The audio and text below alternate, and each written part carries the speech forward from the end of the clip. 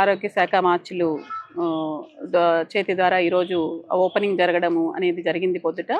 ఆ ప్రోగ్రామ్కి నేను మా ఆరోగ్య శాఖ తరపున నేను అటెండ్ అవ్వడము అవంతా కూడా జరిగింది. ఈ సమయంలో మనకి పల్నాడులో కూడా మన రమాదేవి అనే పర్సన్ ఒక 10 days క్రితము ఇక్కడ ఫ్యామిలీ ప్లానింగ్ ఆపరేషన్ చేసుకున్నారు. వాళ్ళకి ఒక సర్జికల్ బ్లేడ్ అనేది మనకి థై భాగంలో ఉన్నట్లుగా అది ఎక్స్రేలో తెలిసింది. అది ఇష్యూ ఏంటనేది నా దృష్టికి వచ్చింది. సో ఇందులో భాగంగా నేను పల్నాడు డిఎంహెచ్ఓ ఆఫీస్ విజిట్ చేయడము, ఇక్కడే మనకి పీపీ యూనిట్ అనేది కూడా ఆఫీస్ పక్కనే ఉంటుంది కాబట్టి విషయాల గురించి నేను ఇక్కడ ఎంక్వైరీ చేసుకోవడము, విషయం ఏంటనేది తెలుసుకోవడానికి నేను ఇక్కడ పల్నాడు డిఎంహెచ్ఓ ఆఫీస్ విజిట్ చేయడం జరిగింది. ఇక్కడ నేను అక్కడ ఉన్నటువంటి డాక్టర్ ఎవరైతే సర్జరీ చేశారో డాక్టర్ని, స్టాఫ్ నర్స్ని, అక్కడ ఎఫ్ఎన్ఓ ఎవరైతే ఆ సిస్టంలో ఇన్వాల్వ్ అయ్యారో వాళ్ళందరినీ కూడా పిలిపించి మాట్లాడడము, ఏం జరిగింది అనేది కూడా నేను వాళ్ళ ద్వారా తెలుసుకోవడం జరిగింది. వాళ్ళందరి దగ్గర కూడా నేను రిటర్న్ స్టేట్మెంట్స్ తీసుకున్నాను. ఎక్కడ పొరపాటు జరిగింది ఏంటి, ఎవరి నెగ్లిజెన్స్ అనేది కూడా మేము ఐడెంటిఫై చేస్తున్నాము. దీనిలో భాగంగా ముందుగా ఎవరైతే సర్జరీ చేశారో డాక్టర్ గారు ప్లస్ స్టాఫ్ నర్సు, డాక్టర్ గారికి సస్పెన్షన్ ఆర్డర్ అనేది మేము ముందు ఇష్యూ చేసేసాము. అదేవిధంగా ఇక్కడ ఇన్వాల్వ్ అయినటువంటి staff nurse is also responsible for that. ఎందుకంటే ఆ ఇన్స్ట్రుమెంట్స్ కానీ ఆఫ్టర్ సర్జరీ అక్కడ ఉన్నటువంటి బ్లేడ్స్ కానీ నీడిల్స్ కానీ అన్నీ కూడా కౌంట్ చేసుకోవాలి, స్వాప్స్ ఎన్ని ఉన్నాయి అనేది కూడా కౌంట్ చేసుకోవాలి. అవంతా కూడా రెస్పాన్సిబిలిటీ అనేది ఉంది కాబట్టి ఆవిడకి కూడా సస్పెన్షన్ ఆర్డర్ ఇస్తున్నాము.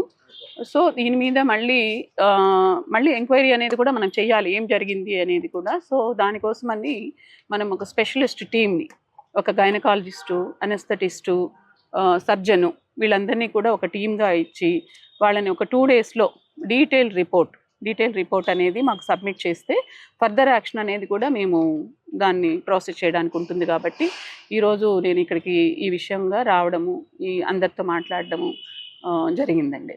అది ఇంకోటి, ఇక్కడ ఆపరేషన్ చేయాలంటే ముందుగా డబ్బులు అడుగుతున్నారని చెప్పేసి అది ఇప్పుడు నేను వచ్చాను, నాకు ఇంకా నా దృష్టికి రాలేదు. బట్ దాని మీద సీరియస్ యాక్షన్ తీసుకుంటాం. ఇది గవర్నమెంట్ హాస్పిటల్, గవర్నమెంట్లో మనము ఫ్రీగా చేయాలి సర్వీసు.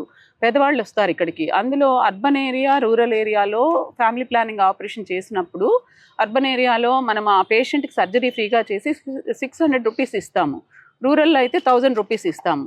ఇవన్నీ కూడా మనము చేయకూడదు, తప్పది, కరెక్ట్ కాదు. అది నిజంగా జరిగితే మాత్రము దాని మీద సీరియస్ యాక్షన్ తీసుకుంటాం. అది బాధితులైనటువంటి రమాదేవి చెప్పింది మేడం, 2000 తీసుకున్నారు నా దగ్గర, ముందుగా తీసుకున్న తర్వాత నాకు ఆపరేషన్ చేశారని. ఎస్, ఇప్పుడు నాకు ఇప్పుడే తెలిసింది. అది కూడా దాని మీద కూడా మేము ఎవిడెన్స్ తీసుకొని తప్పకుండా యాక్షన్ తీసుకుంటాం. అది కరెక్ట్ కాదండి, డబ్బులు తీసుకోకూడదు అసలు.